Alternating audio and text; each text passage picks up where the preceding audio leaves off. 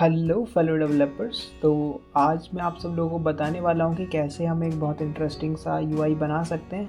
इसमें होता क्या है, आपने देखा होगा कि काफ़ी सारे फॉर्म्स में क्या होता है कि आप ऐसे फॉर्म भरते हैं और आप फिर बटन पे क्लिक करते हैं, फॉर्म सबमिट हो जाता है। लेकिन कई बार फॉर्म्स में कुछ एरर होते हैं। सो लेट्स से नेम और मैसेज मेरा मैंडेटरी फील्ड है और मैं उसको नहीं भरता हूँ और मैं डायरेक्टली सबमिट पे क्लिक करने का कोशिश करता हूँ, तो सम एरर विल अकर और कुछ ना कुछ ऐसा वैलिडेशन होगा। लेकिन यहाँ पे थोड़ा अलग टाइप का वैलिडेशन हम लोगों ने बनाया है। तो हुआ क्या किया कि जैसे ये दोनों मेरे मैंडेटरी फील्ड हैं और मैं बिना इनको भरे सबमिट पे क्लिक करने जाता हूँ, तो सबमिट बटन इधर उधर जाता है और मुझे सबमिट नहीं करने देगा अनटिल अनलेस मैं ये दोनों फील्ड्स को फिल कर दूँ।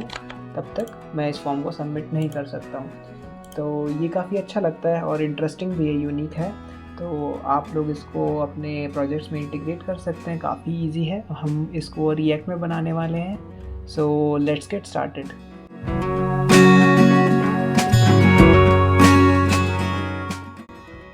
तो मैं यहाँ पे अपना रिएक्ट प्रोजेक्ट सेटअप कर लेता हूँ। तो सबसे पहले मैं करता हूँ npm create vite at latest। what it will do is it will create मेरा प्रोजेक्ट का फोल्डर और उसके अंदर बेसिक रिएक्ट फ्रेमवर्क को सेटअप कर देगा। तो मैं यहाँ पे प्रोजेक्ट का नाम देता हूँ इंटरेस्टिंग सबमिट और मुझे चाहिए रिएक्ट में और मैं इसको टाइपस्क्रिप्ट में बनाने वाला हूँ। तो इंटरेस्टिंग सबमिट हमारा यहाँ पे फोल्डर बन चुका है और चलते हैं उसके अंदर। तो हम उसके अंदर आ चुके हैं। तो अभी आप देखोगे कि यहाँ पे ये हमारा बेसिक प्रोजेक्ट रेडी हो गया है। आप इसको रन भी कर सकते हैं यूजिंग npm run dev। तो अभी ये एरर थ्रो कर देगा क्योंकि अभी इसमें कुछ भी मॉड्यूल्स इंस्टॉल नहीं है। तो हम क्या करते हैं, npm इंस्टॉल करते हैं। जो भी इसकी डिपेंडेंसी या जो भी डिपेंडेंट लाइब्रेरीज इसको रन करने के लिए रिक्वायर्ड है वो ये डाउनलोड कर लेगा इस प्रोजेक्ट में। आप देखोगे कि यहाँ पे अभी थोड़ी देर में जैसे ये कंप्लीट होता है, यहाँ पे नोड मॉड्यूल्स करके एक फ़ोल्डर बन जाएगा जिसके अंदर जो रिक्वायर्ड लाइब्रेरीज हैं इंक्लूडिंग रिएक्ट, ESLint और टाइपस्क्रिप्ट, वो सब यहाँ पे नोड मॉड्यूल्स के अंदर आपको दिख जाएंगी, जिसको जो भी लाइब्रेरी रिक्वायर्ड है इसको रन करने के लिए। So let's wait for that to complete और उसके बाद हम स्टार्ट करते हैं। तो अभी आप देख रहे होगे जो जैसे जैसे नोड मॉड्यूल्स आते जा रहे हैं वहाँ पे से एरर हट गया है क्योंकि वो सारे लाइब्रेरीज अब इंस्टॉल हो चुके हैं। तो अभी अगर आप करेंगे npm run dev तो अभी कोई इशू नहीं आएगा और हमारा वर्चुअल ये जो हमारा सर्वर है वो यहाँ पे हम ओपन कर सकते हैं।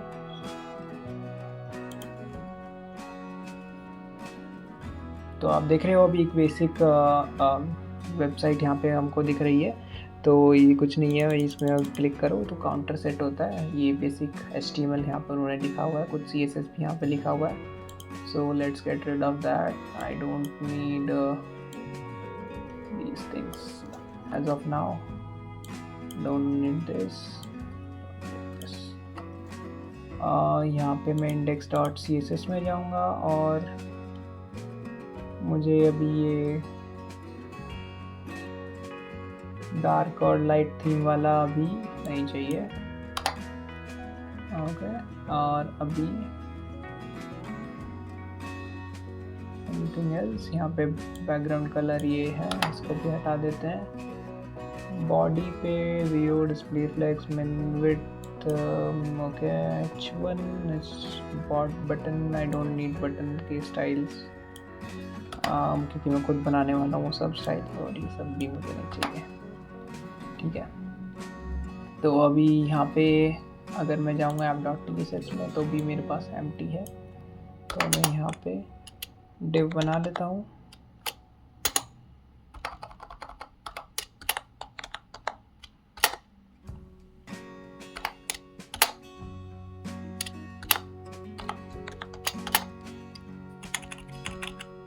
तो ये हमारा मेन कंटेनर होगा, हमारे जो कंपोनेंट है उसका कंटेनर रहेगा, उसके अंदर हम फॉर्म बनाएंगे। तो सबसे पहले एक स्टाइल का भी फाइल बना ही लेते हैं। तो यहाँ पे हम बनाने वाले हैं form.module.css। और मॉड्यूल फाइल में क्यों यूज़ कर रहा हूँ मैं आपको बताता हूँ अभी। तो यहाँ पे सबसे पहले अपने स्टाइल्स को इंपोर्ट कर लेता हूँ। इंपोर्ट स्टाइल्स फ्रॉम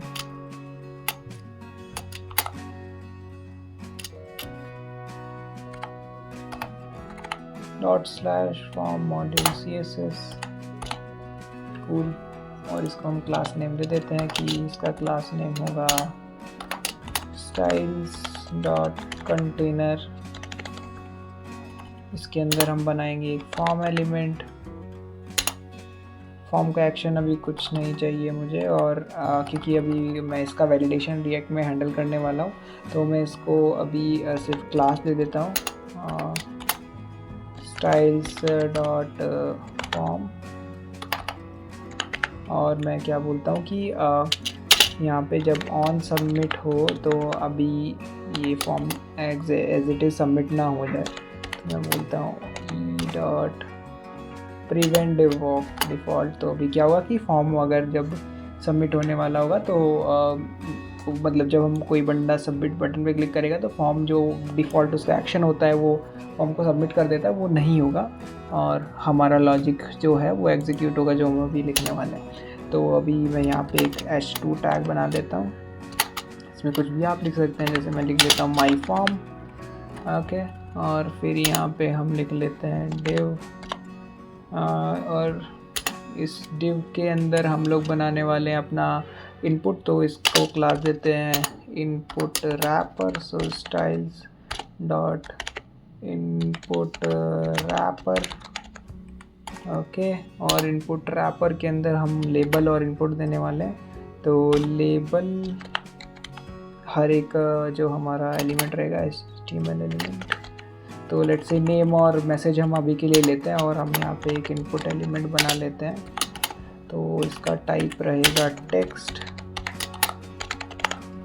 टेक्स्ट, और इसमें हम क्या करने वाले हैं कि इसको क्लास नेम भी देने वाले हैं। क्लास नेम हमारा रहेगा स्टाइल्स डॉट इनपुट, और हम लोग मतलब इसको क्लास जो है वो इनपुट क्लास मिल जाएगा। और अभी इसमें हम क्या देंगे, एक आईडी दे देते हैं, इसका ना आईडी रहेगा नेम। और इसमें क्या देना चाहिए, why this is showing warning बोल रहा है form element must have labels. हाँ, तो जो ऊपर वाला हमारा लेबल है इसको हम बोल देते हैं HTML4, और हमें आईडी हम ऑलरेडी नेम दे चुके हैं तो हम इस आईडी को इस लेबल से लिंक कर सकते हैं। तो अभी एरर वो जो वार्निंग अब मुझे मिल रहा था वो चला गया है। सिमिलरली मैं अपना मैसेज वाला भी क्रिएट कर सकता हूँ। तो यहाँ पे मैं आईडी दे देता हूँ मैसेज, और यहाँ पे भी मैं HTML4 में दे देता हूँ मैसेज, और यहाँ पे जो मेरा लेबल है वो भी हो जाएगा मैसेज। ओके, हाँ, तो मैंने यहाँ पे मैसेज का स्पेलिंग रॉन्ग लिख दिया है, ठीक है, कोई प्रॉब्लम नहीं है। अभी इसके बाद हम लोग क्या बनाने वाले हैं कि जो हमारा यहाँ पे div है इसमें एक सबमिट बटन बनाते हैं। तो यहाँ पे div, और इसको हम जो क्लास नेम है वो देते हैं बटन कंटेनर, क्योंकि इसके अंदर हमारे एक बटन रेंडर होगा बेसिकली।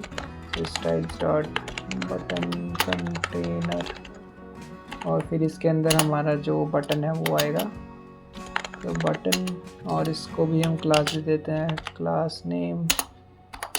सो अभी सबमिट, इसको सबमिट बटन क्लास दे देते हैं, सबमिट बटन, या फिर हम इसको क्या कर सकते हैं, इसको प्राइमरी बटन क्लास दे देते हैं, प्राइमरी बटन। कूल, और इसके अंदर लिख देते हैं सबमिट। कूल, तो अभी ये ऐसा दिख रहा है, आपको यहाँ पे दिख रहा होगा। तो अभी आप देख रहे हो टेक्स्ट का कलर शायद वाइट है, तो हम देखते हैं कि क्यों वाइट है। बॉडी में कलर ऐसा दिया हुआ है। Okay, so as soon as we remove that वो विजिबल होने लग गया है। तो अभी हम अपनी form.module.css में अपना कोड लिखना स्टार्ट करते हैं। तो अभी हम क्या करते हैं कि सबसे पहले जो है हमारा जो आपको दिख रहा है कंटेनर, उसको स्टाइल करते हैं थोड़ा सा। इस कंटेनर को सबसे पहले, कंटेनर तो ऑलरेडी स्टाइल्ड है ही, लेकिन h3 को सबसे पहले स्टाइल करते हैं। जो हमारा कंटेनर के अंदर h3 है इसको हम स्टाइल करते हैं तो हम क्या बोलते हैं, इसका टेक्स्ट अलाइन करते हैं सेंटर, टेक्स्ट अलाइन सेंटर। और क्या करना है, तो इसमें जो मार्जिन आता है वो भी मैं हटा देता हूँ अभी के लिए, क्योंकि what I am thinking is I will create a proper flex for the form. So dot form और इसको अभी हम बोलते हैं कि इसका डिस्प्ले होगा फ्लेक्स और जस्टिफाई कंटेंट होगा सेंटर और अलाइन आइटम्स होगा सेंटर और इसका फ्लेक्स डायरेक्शन होगा कॉलम। तो अभी ये इस तरीके से स्टैक हो जाएगा। ओके, तो अभी हम क्या कर सकते हैं कि justify content center and align items need not to be there, क्योंकि मुझे नहीं चाहिए वैसे सेंटर में आए। ठीक है, अभी ये ऐसे दिख रहा है। अभी हम लोग क्या करते हैं कि इसमें गैप दे देते हैं थोड़ा सा, क्योंकि काफ़ी क्लोज है। तो गैप देने के लिए आपको CSS में गैप प्रॉपर्टी है, गैप दे देते हैं लेट्स से 20 पिक्सल्स।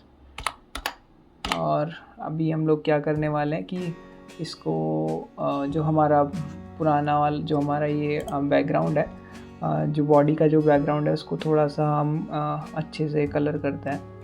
सो यहाँ पे हम बॉडी में जाते हैं और यहाँ पे लिखते हैं बैकग्राउंड कलर। हमारा जो फिनिश्ड है उसमें किस टाइप का बैकग्राउंड है। ओके, सो इसको हम कलर दे देते हैं थोड़ा सा, या फिर एक काम कर सकते हैं कि हम कंटेनर को भी ये कलर दे सकते हैं। Whatever we want to do वो हम वैसे कर सकते हैं। ये कलर है कौन सा, what I can do is I can use this extension with this colour और यहाँ पे मैं लिख सकता हूँ बैकग्राउंड कलर और ये कलर यहाँ पे कॉपी हो गया। तो अभी आप देख रहे हो यहाँ पे ब्लू कलर आ गया है और मैं अपने फॉर्म को कलर दे सकता हूँ वाइट, बैकग्राउंड कलर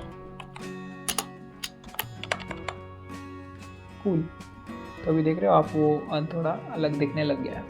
अभी ये सेंटर में नहीं आ रहा है, क्यों नहीं आ रहा है सेंटर में, बिकॉज हमारा बॉडी का display flex place item center तो है। लेट्स सी, सो जो हमारा रूट है, तो हमारा रूट डिफाइन होता है हमारे app.css में, ये सब आई डोंट नीड। तो ये अभी आप देख रहे हो ये ठीक से यहाँ पे डिस्प्ले होने लग गया है। और अभी हम लोग क्या करने वाले हैं कि इसका जो नॉर्मल फॉर्म CSS है इसमें थोड़ा सा और उसको अच्छे से एनहांस करते हैं कि क्या क्या अभी हमें करना होगा। तो अभी हम क्या करते हैं कि इनपुट को थोड़ा सा स्टाइल करते हैं। तो सबसे पहले हमें करना है इनपुट, क्योंकि हमने इनपुट क्लास दिया हुआ है।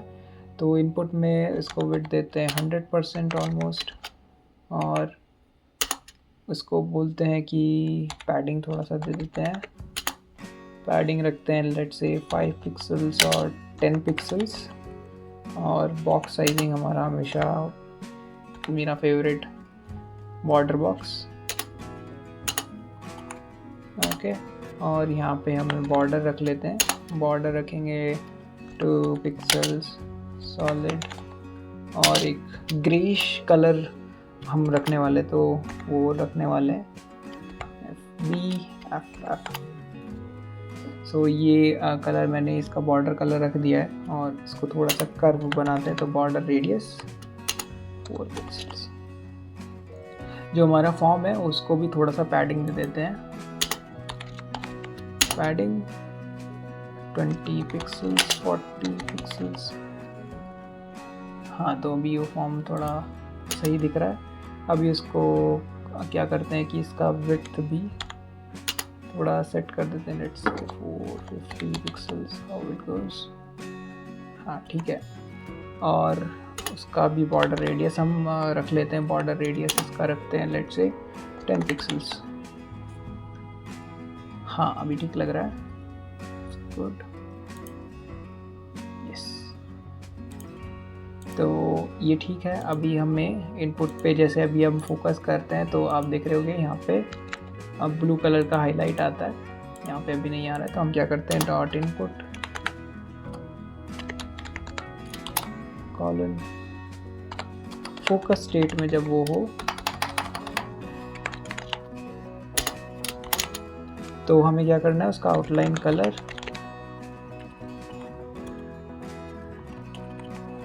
हमें सेट कर देना है हैश 535BF2। ये कलर आप खुद अपना डिसाइड कर सकते हैं, जो भी आपको अच्छा कलर लगता है। मैं यहाँ पे कुछ भी एक रैंडम कलर यूज़ कर ले रहा हूँ, और सिमिलरली हम उसका टेक्स्ट कलर भी सेम कर देंगे। तो ये जो कलर यहाँ पे आ रहा है इसको मैं कॉपी पेस्ट कर लेता हूँ। ठीक है, तो अभी आप देखोगे कि यहाँ पे जब भी मैं उस पर्टिकुलर इनपुट एलिमेंट पे फोकस कर रहा हूँ तो वो कलर आ जा रहा है, और इवन अगर मैं कुछ टाइप कर रहा हूँ तो वो कलर उस जो टेक्स्ट है वो उसी कलर का आ जा रहा है। कूल। तो अभी हम क्या करने वाले हैं, इनपुट रैपर को भी थोड़ा स्टाइल करने वाले हैं, क्योंकि ये जो लेबल है वो जो है आप फिनिश प्रोडक्ट में देख रहे होगे ऐसे साइड में आता है। तो इसको यहाँ पे थोड़ा सा स्टाइल करते हैं। तो इनपुट रैपर, इसको बोलते हैं डिस्प्ले फ्लेक्स। ओके, अभी हम इसको करते हैं फ्लेक्स डायरेक्शन कॉलम। ओके, अभी हम बोलते हैं इसको justify content flex start. No effect, तो ये जस्टिफाई कंटेंट नहीं, एक्चुअली अलाइन आइटम्स होगा, क्योंकि अभी हमने फ्लेक्स डायरेक्शन कॉलम कर दिया तो that will be reversed. Okay, तो अभी आप देख रहे होगे कि जैसा UI थोड़ा थोड़ा इधर ऐसा सेम लगने लगा है, लेकिन अभी भी थोड़ा सा दिक्कत है। तो अभी हमें लेबल को भी थोड़ा लाइट शेड में करना है। तो हम सेलेक्ट करेंगे इनपुट रैपर के अंदर जितने भी लेबल हैं उनको आप नॉर्मली उनका खुद का क्लास देके भी कर सकते हैं। तो उनका जो हमारा कलर है वो थोड़ा सा डल हमें रखना है। तो हम यूज़ करेंगे 526 D93। कूल। और ये थोड़ा बड़ा अभी दिख रहा है तो हम इसका फॉन्ट साइज़ भी थोड़ा छोटा कर देते हैं। तो लेट्स से 0.8 REM।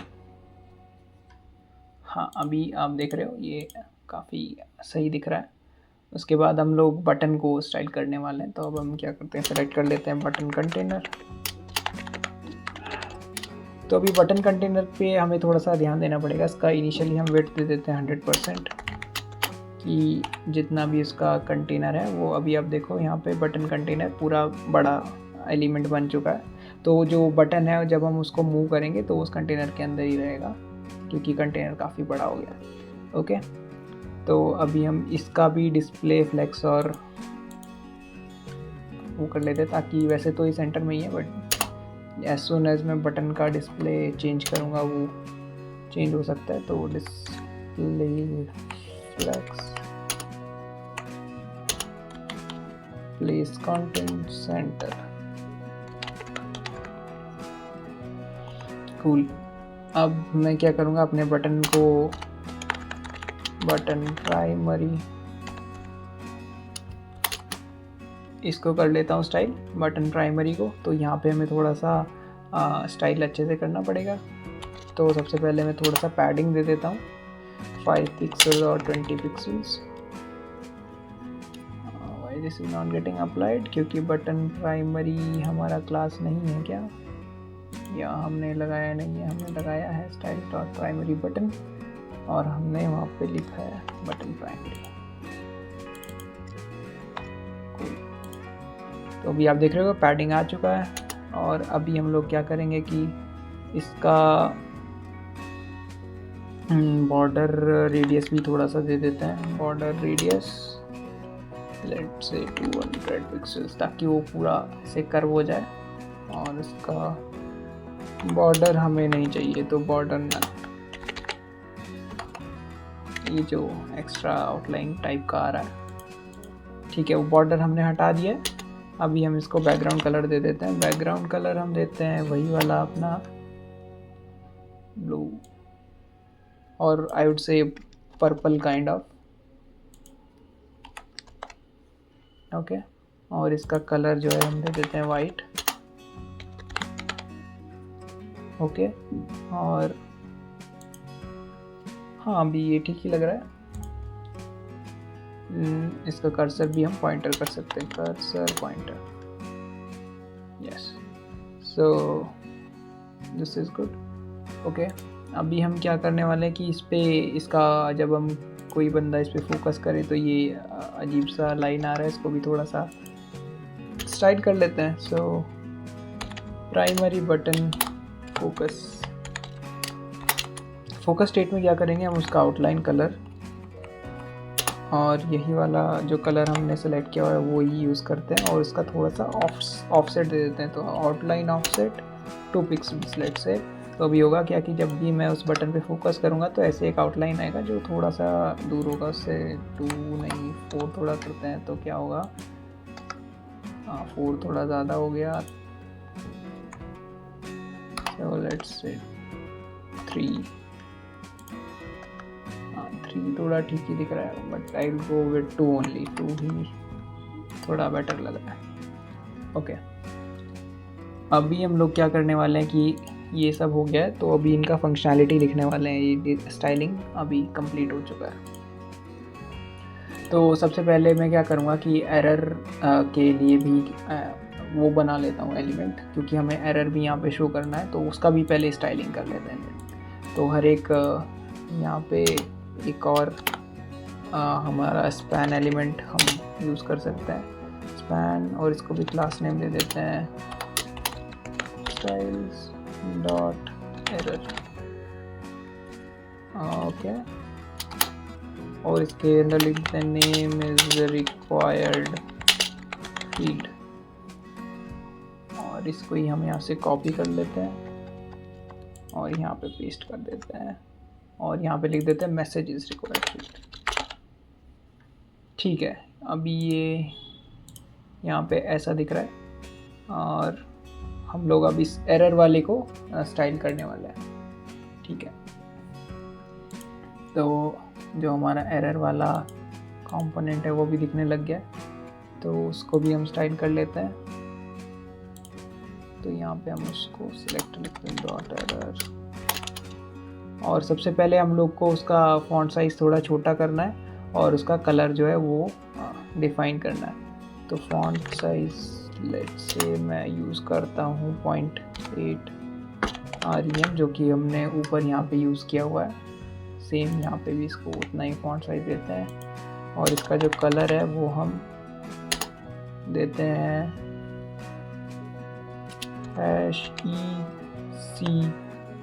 EC088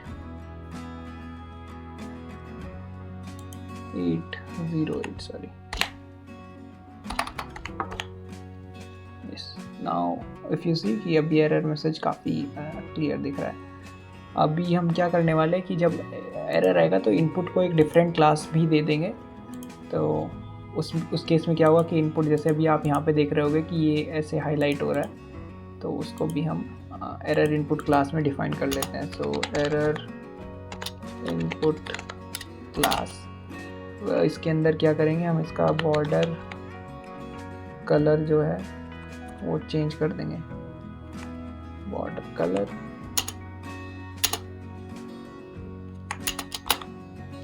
और अभी हम इसको ब्लू, ये पर्पल वाला कलर नहीं रखेंगे, अभी हम इसका कलर दूसरा रखने वाले हैं जो कि है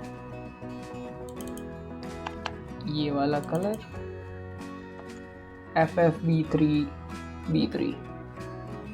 अब ये क्लास किसी पे अप्लाई नहीं हुआ है इसलिए आपको चेंजेस नहीं दिख रहे हैं, बट अभी मैं आपको दिखाता हूँ कि कैसे वो चेंजेस एक्चुअली दिखेंगे। लेकिन इससे पहले हम इसका फोकस स्टेट में भी चेंजेस कर लेते हैं। तो फोकस स्टेट में मुझे थोड़ा सा डार्क चाहिए, तो मुझे ये वाला कलर ही मैं इसको यूज़ कर लेता हूँ, बॉर्डर कलर। ओके, और इसको ही कलर में भी यूज़ कर लेते हैं, कलर।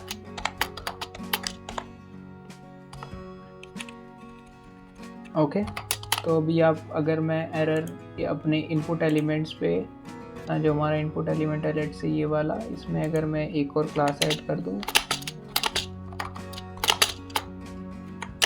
जो कि होगी स्टाइल्स डॉट एरर इनपुट, तो अभी आप देख रहे हो ये क्लास अप्लाई होगी तो इस तरीके से दिख रहा है, लेकिन फोकस पे अभी भी उसने ओवरराइड नहीं किया है।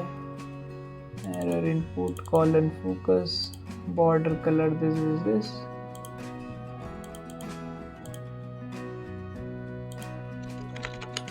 even though is this a border color, okay this could be an outline color।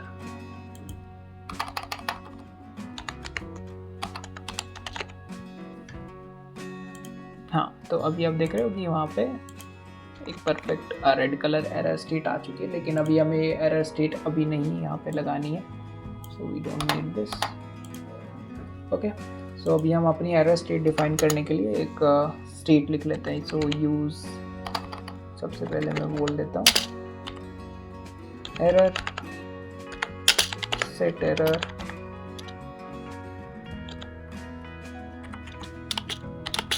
Use state.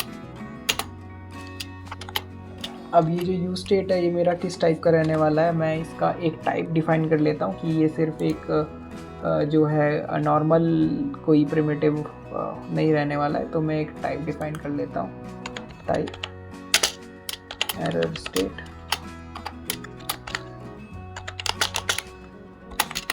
तो टाइपस्क्रिप्ट में हम टाइप डिफाइन कर सकते हैं इस तरीके से, और हम एरर स्टेट में तो फील्ड्स रखने वाले हैं, क्या इज़ एरर की क्या एरर है, और ये बूलियन फील्ड रहने वाला है, और इसके अलावा हम एक रखने वाले हैं कि कौन से कंपोनेंट में एरर है। सो एरर कंपोनेंट्स मतलब दोनों नेम फील्ड और मैसेज फील्ड में एरर है कि सिर्फ एक में ही है, और इसका टाइप रहने वाला है एरे ऑफ स्ट्रिंग और नल। ओके कूल, तो ये जो टाइप है मैं यहाँ पे यूज स्टेट में ऐसे डिफाइन कर सकता हूँ, एरर स्टेट। और बाय डिफ़ॉल्ट हमारा क्या होगा कि हमारा इज एरर जो रहेगा वो फॉल्स रहेगा, और एरर कंपोनेंट्स हमारे कुछ नहीं रहेंगे। ठीक है, क्योंकि नॉर्मली मुझे नहीं दिखाना है कि ये फील्ड एम्प्टी है तो उसमें कुछ ना कुछ एरर आ रहा है। बाय डिफ़ॉल्ट मुझे नहीं दिखाना है क्योंकि अब यूज़र ने कुछ एंटर करना स्टार्ट भी नहीं किया है, तो मुझे नहीं दिखाना है कुछ भी एरर। तो is error false, error components nothing. Okay, तो अभी क्या करना है कि मुझे इन सारे इनपुट एलिमेंट्स का भी हुआ है, this is showing some suggestion button type is not defined, so हम इसको टाइप भी दे देते हैं, टाइप बटन। ओके, तो अभी इन सब का मुझे रेफरेंस चाहिए होगा, तो मैं रेफरेंस बना देता हूँ कॉन्स्ट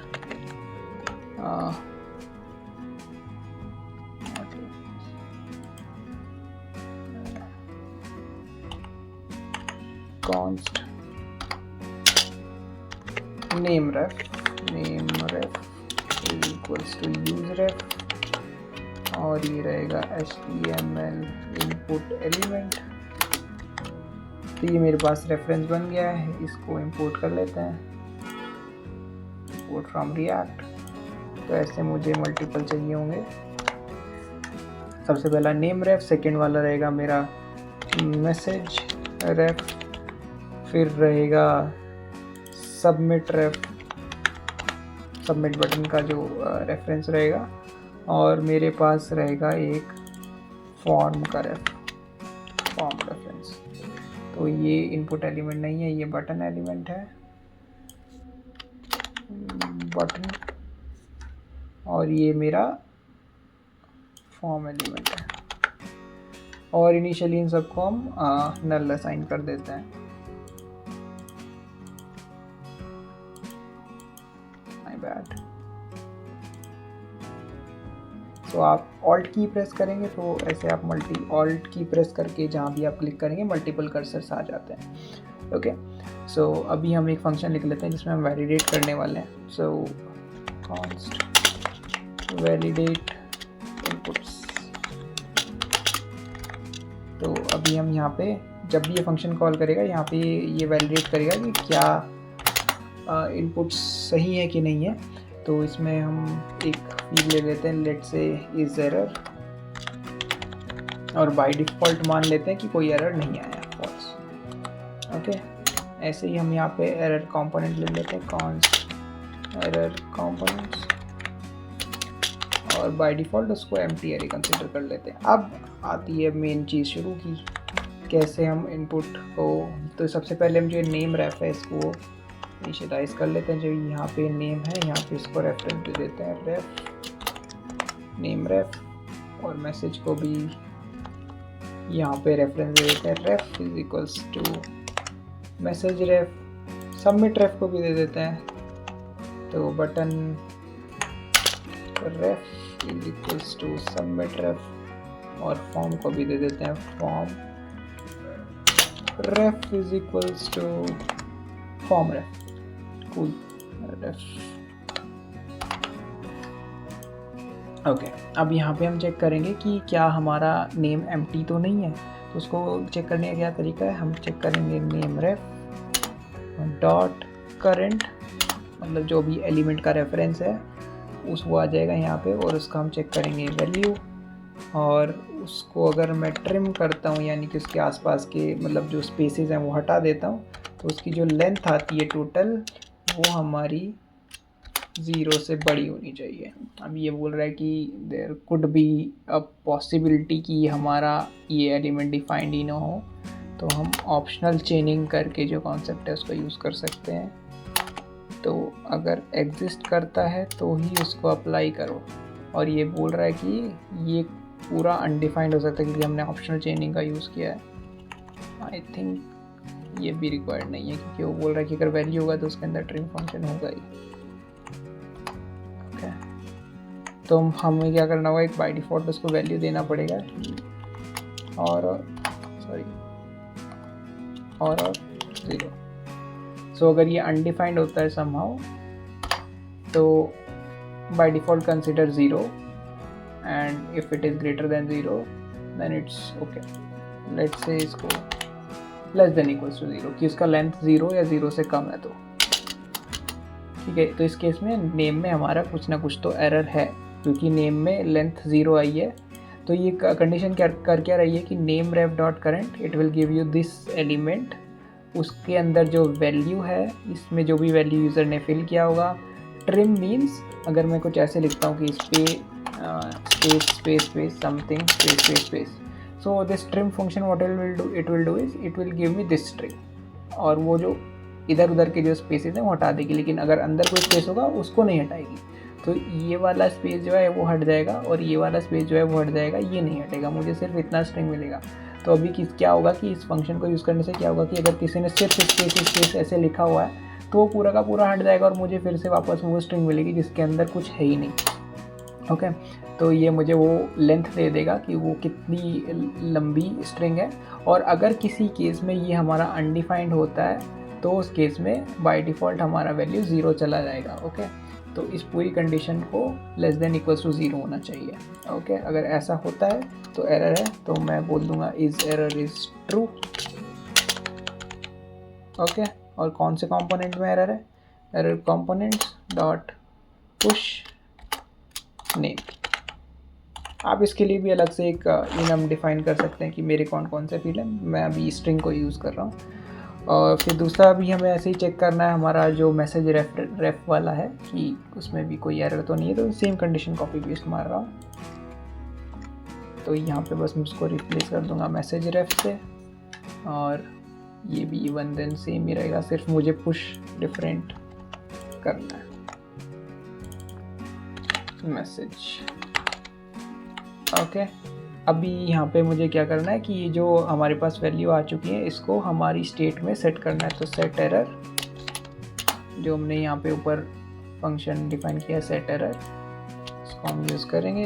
तो इसमें जो इज एरर की वैल्यू होगी वो हमारा जो अभी इज एरर वेरिएबल है वो वैल्यू हो जाएगी, और एरर कंपोनेंट्स में हमारी वैल्यू जाएगी एरर कंपोनेंट्स की। तो अभी क्या होगा कि जो ये वाला एरर है ये हो जाएगा अभी जो भी यहाँ पे कैलकुलेट हुआ होगा, और जो एरर कंपोनेंट्स है वो जो यहाँ पे कैलकुलेट हुआ होगा वो एरर कंपोनेंट्स आ जाएंगे।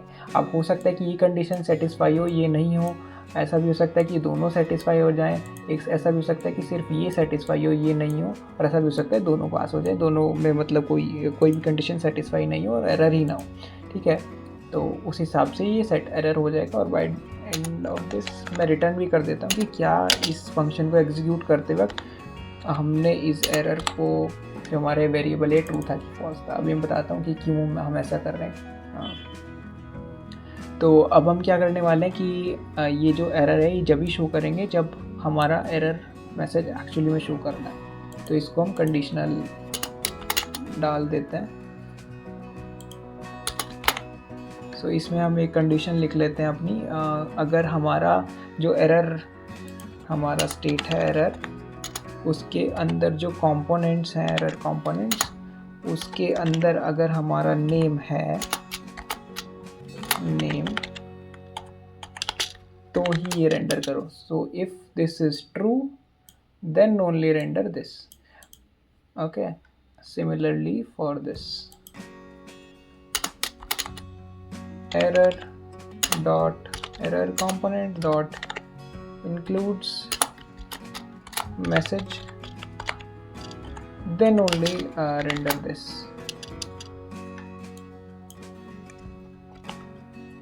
ठीक है, अभी हम लोग क्या करने वाले हैं कि जो हमने अभी यहाँ पे आपने देखा था कि ये एरर इनपुट वाली क्लास ही बनाई थी, तो इसको भी कंडीशनली यहाँ पे डाल देते हैं। कैसे करने वाले हम, तो जो ये इनपुट है हमारा यहाँ पे क्लास नेम है, इसको हम सबसे पहले ऐसे कर लेते हैं, थोड़ा इजी रहेगा। सो अब यहाँ पे हम अपना JS लिख सकते हैं। तो लेट से हम यहाँ पे अपना कंडीशन लिखते हैं कि सेम ये जो हमारा कंडीशन है, error dot error components includes message, then कौन सा क्लास हमें रेंडर करवाना है। हाँ, तो हम अपना क्लास यहाँ से कॉपी कर लेते हैं, एरर इनपुट, और अगर ये कंडीशन सेट, तो ये मैंने टर्नरी ऑपरेटर का यूज़ किया कि if this condition is satisfied then return this string as this string, और ये जो पूरा स्ट्रिंग कंस्ट्रक्ट होगा वो उस हिसाब से कंस्ट्रक्ट हो जाएगा। ठीक है, फॉर्मेट कर लेते हैं थोड़ा सा डॉक्यूमेंट को, और ये सिमिलर चीज़ जो है हमारी ऊपर वाले इनपुट एलिमेंट में भी जानी चाहिए, तो इसका भी रिप्लेस कर देते हैं। सिर्फ हमें क्या करना होगा, नेम,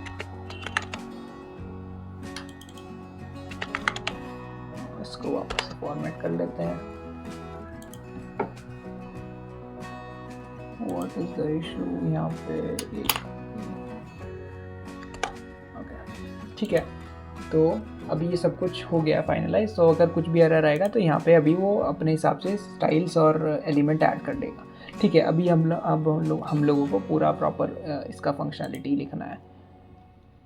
ओके, तो लेट्स स्टार्ट कि ये कहाँ पे हमें फंक्शनलिटी लिखना है। सबसे पहले हमें चेक करना होगा कि जैसे ही हम हमारे सबमिट बटन पे होवर करें तो वो चेक करे कि एलिमेंट का वैलिडेशन क्या है, मतलब ये वाला फंक्शन को एग्जीक्यूट करें। तो हम क्या करते हैं कि यहाँ पे एक फंक्शन बना लेते हैं, const move button if needed, मतलब बटन को मूव करो अगर ज़रूरत है तो, क्योंकि ऐसा भी हो सकता है कि वैलिडेशन पास हो गया। तो हम यहाँ पे चेक कर लेते हैं, if is error dot is error, मतलब पहले से अगर हमें पता है कि एरर आई हुई है तो why should we calculate this whole bunch of thing again and again. तो उससे ही हम यहाँ पे ये कंडीशन एग्जीक्यूट करवा देंगे। और अगर ये नहीं हुआ है अभी तक भी फॉल्स है तो एक बार चेक कर लो कि क्या अभी ये दिक्कत चल रही है कि नहीं। तो इसलिए मैंने यहाँ पे से इज एरर रिटर्न भी करवाया था। तो जब ये फंक्शन एग्जीक्यूट होगा दोनों चीज़ें चेक कर लेगा। ठीक है, अब इस केस में हम लोग को क्या करना है, अब यहाँ पे एक करंटली एक और रेफरेंस बना लेते हैं, नॉट फॉर्म रेफ, हम बना लेते हैं कि बटन की अभी पोजीशन क्या है। सो बटन पोजीशन, कि बटन की अभी पोजीशन सेंटर में है, लेफ्ट साइड में है कि राइट साइड में, क्योंकि अगर आपने देखा होगा कि ये जो बटन है ये इधर जाता है, इधर जाता है, इधर जाता है, इधर जाता है, तीन जगह चले जाता है ये। ठीक है, तो इसको हम देते हैं इंटीजर। बेसिकली आप अपना इनम या कुछ और भी बना के दे सकते हैं। मैं यहाँ पे नंबर यूज़ कर रहा हूँ, और इस नंबर भी नहीं यूज़ कर रहा हूँ। मैं क्या करता हूँ कि इसको 3 वैल्यूज़ ही दे देता हूँ कि सिर्फ ये 3 वैल्यूज़ ही यूज़ कर सकता है। -1 0 और 1। -1 means left side, 0 means centre और 1 मीन्स राइट साइड। और बाय डिफ़ॉल्ट इसकी वैल्यू है 0 बिकॉज अभी मेरा बटन नॉर्मली सेंटर में ही रहेगा। ओके, तो अभी हम यहाँ पे क्या करेंगे कि चेक करेंगे कि हमारा जो सबमिट बटन है उसका रेफरेंस है कि नहीं है। अगर उसका रेफरेंस है तो हम यहाँ पे एक स्विच केस लिखते हैं। Switch button position dot current. Button का जो भी पोजीशन होगा उस हिसाब से हम बटन की दूसरी पोजीशन लिखेंगे। तो केस लिखते हैं 0 अगर सेंटर में बटन है, या फिर हम लिखते हैं कि अगर हमारा लेफ्ट साइड में बटन है। तो हमें क्या करना है, तो हमें जो हमारा सबमिट बटन है उसको राइट साइड में मूव करना है। Current dot style dot transform. तो राइट साइड में मूव करने के लिए हमें क्या करना होगा सर, ट्रांसलेट को ट्रांसफॉर्म को ट्रांसलेट देना पड़ेगा। Translate 100% means 100%। अगर ये एलिमेंट यहाँ पे तो ये ट्रांसलेट x 100%। सो वो क्या करेगा कि इसको इधर मूव कर देगा, 100% ट्रांसलेट हो जाएगा। ओके, तो वो राइट साइड में आ जाएगा। अब मुझे अपना पुराना जो बटन पोजीशंस है उसको भी अपडेट कर देना है। Dot current. तो अब ये राइट साइड में हो जाएगा। तो मैं दे दूंगा इसको वैल्यू 1। ओके, और इसको ब्रेक करना है हमारे स्विच स्टेटमेंट को, so that it won't execute after that. और हमारा दूसरा केस क्या रहेगा, केस 1। अगर हमारा बटन जो है वो ऑलरेडी लेफ़्ट साइड में है तो उसको फिर राइट साइड, सॉरी अगर वो ऑलरेडी राइट साइड में तो उसको लेफ़्ट साइड में कर दो। तो ये सेम चीज़ मैं कॉपी पेस्ट मार लेता हूँ। जस्ट मुझे क्या करना है, इसको -100 करना है और इसको करना है -1। ठीक है, तो इससे क्या होगा कि अभी हमें पता चल जाएगा कि हमारा जो बटन अगर राइट साइड में है case 1, then move it to left side. Okay, not to the center में नहीं करना है। ओके, ये ठीक है आपसे। अब हम लोग को क्या करना है कि इसको इससे लिंक करना है। जब भी हम इस पर होवर करें तो हम क्या कर सकते हैं, बटन जो हमारा है तो इस पर जब भी होवर करे कोई, यानी कि माउस ओवर करे, on mouse over, then we use not validate input, we will have to use move button if needed। Okay, तो अभी क्या होगा कि जैसे ही मैं इस पर होवर करूँगा तो वो मूव हो रहा है। देख रहे हो आप कि ये मूव हो रहा है, और ये थोड़ा हार्श एनिमेशन लग रहा है। इसको थोड़ा सा स्मूथ हम कर सकते हैं। यहाँ पे जो हमारा बटन है उसको बोल देते हैं ट्रांजिशन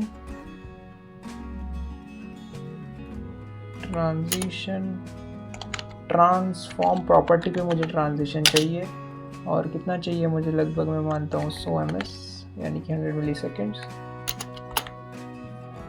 तो अभी आप देखोगे कि ये थोड़ा स्मूथ हो गया, लेकिन उतना नहीं है, 200 मिली सेकेंड्स। सो अभी आप देख रहे हैं काफ़ी स्मूथ हो गया है। तो अभी हमारा जो है ये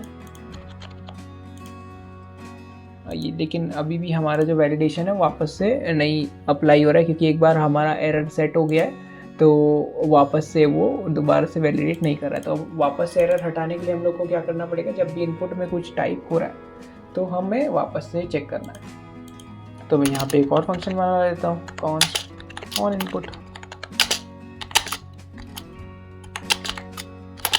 तो यहाँ पे हम क्या करते हैं, ऑन इनपुट में अगर एरर है, error dot is error true है, तो हमें वैलिडेशन चेक करना है। तो एक बार वैलिडेट इनपुट कर लो भाई कि अगर एरर ऑलरेडी दिख रहा है, यहाँ पे ये नेम इज़ रिक्वायर्ड फील्ड दिख रहा है, तो जब भी मैं यहाँ पे कुछ भी टाइप कर रहा हूँ तो एक बार अब देख लो कि कुछ दिक्कत है कि नहीं, अब भी एरर है कि नहीं है। ठीक है, तो मैं इसको ऑन इनपुट में लगा देता हूँ, इनपुट में ऑन इनपुट। ओके, सिमिलरली उस वाले फील्ड के लिए भी। तो अभी क्या होगा कि जब भी मैं यहाँ पे कुछ टाइप करूँगा तो वो एरर को वापस से चेक करेगा। Let's refresh. ये इधर शिफ्ट क्यों हो गया? Is there some problem? I think हमने ऐप CSS को भी यहाँ से रिमूव कर दिया था, तो import ऐप CSS। ठीक है, तो अभी आप देखोगे कि अभी अगर मैं नॉर्मली करता हूँ ये एरर आ गया है, और जब मैं यहाँ पे इसको कुछ भी टाइप करता हूँ ये चला गया है। लेकिन अभी भी आप में देख रहे होगे कि ये जो हमारा एरर है वो यहाँ पे एरर क्लास अप्लाई नहीं हो रही है। ये वाली जो अभी हमने ट्राई करी थी एरर इनपुट वाली, तो वो क्यों अप्लाई नहीं हुई है? Let's check. हम करेंगे इंस्पेक्ट, और error input class actually apply हुआ है, लेकिन वो स्टाइल्स डॉट एरर इनपुट नहीं लिखा हमने, तो इसको हम करते हैं क्योंकि हम मॉड्यूल CSS का यूज़ कर रहे हैं। Styles dot error input,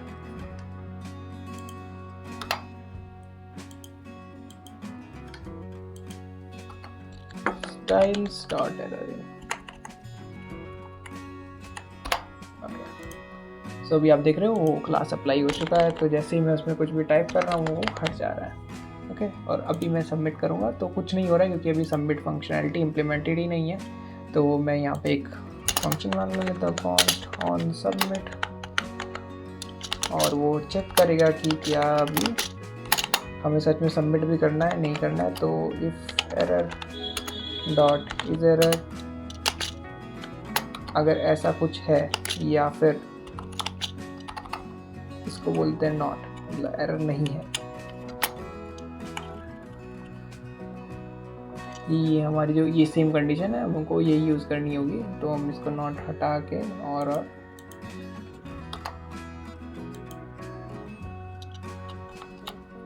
validate input, where is this?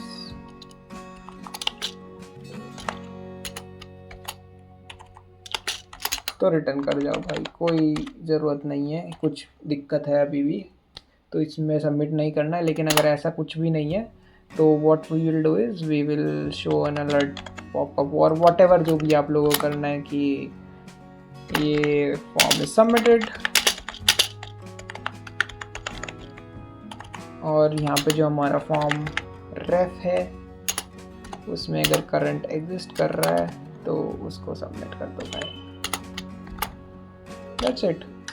तो अभी आप देखोगे कि यहाँ पे मैं कुछ भी लिखूँगा, यहाँ पे टाइप करूँगा, सबमिट करूँगा। ओके, मैंने on click function he implement नहीं किया, तो अभी यहाँ पे लिखेंगे ऑन क्लिक ऑन सबमिट। सो अभी आप देखोगे कि मैं यहाँ कुछ भी लिखूँगा, यहाँ पे लिखूँगा, सबमिट करूँगा तो ये फॉर्म इज सबमिटेड।